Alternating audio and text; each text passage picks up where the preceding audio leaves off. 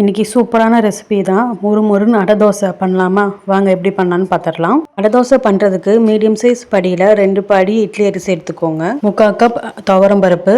இந்த பருப்பில் பாதி ரேஷன் பருப்பு, பாதி கடையில் வாங்கின பருப்பு அப்படி ஆட் பண்ணிக்கோங்க. நெக்ஸ்ட் பாசிப்பயிறு, பாசிப்பருப்பு இது ரெண்டும் 1 டம்ளர். உளுந்தம்பருப்பு 1/2 டம்ளருக்கு கொஞ்சம் அதிகமாக ஆட் பண்ணிக்கோங்க. உளுந்தம்பருப்பு எவ்வளோ ஆட் பண்ணுறீங்களோ அதுக்கேற்ற மாதிரி மொறுமொறுன்னு வரும். நெக்ஸ்ட்டு வரமிளகா நான் 10 to 12 ஆட் பண்ணியிருக்கேன். உங்களுக்கு எவ்வளோ வேணுமோ அதுக்கேற்ற மாதிரி நீங்கள் காரம் ஆட் பண்ணிக்கோங்க. நெக்ஸ்ட் 2 ஸ்பூன் சோம்பு, சீரகம். இது மாவு ஆட்டும் போது ஆட் பண்ணா போதும். இந்த அடை தோசை பார்த்தீங்கன்னா என்னோட ஃபேவரட் தோசைனாலே எனக்கு ரொம்ப பிடிக்கும். அது இந்த அடை தோசை அப்படின்னா ரொம்பவே பிடிக்கும். மாவு ரெடி ஆகிறதுக்கு 10 நிமிஷத்துக்கு முன்னாடி சின்ன வெங்காயம் 10 to 15 மிக்சியில் அரைச்சி ஆட் பண்ணிக்கோங்க. அவ்வளோதான், தோசை மாவு ரெடி ஆயிடுச்சு.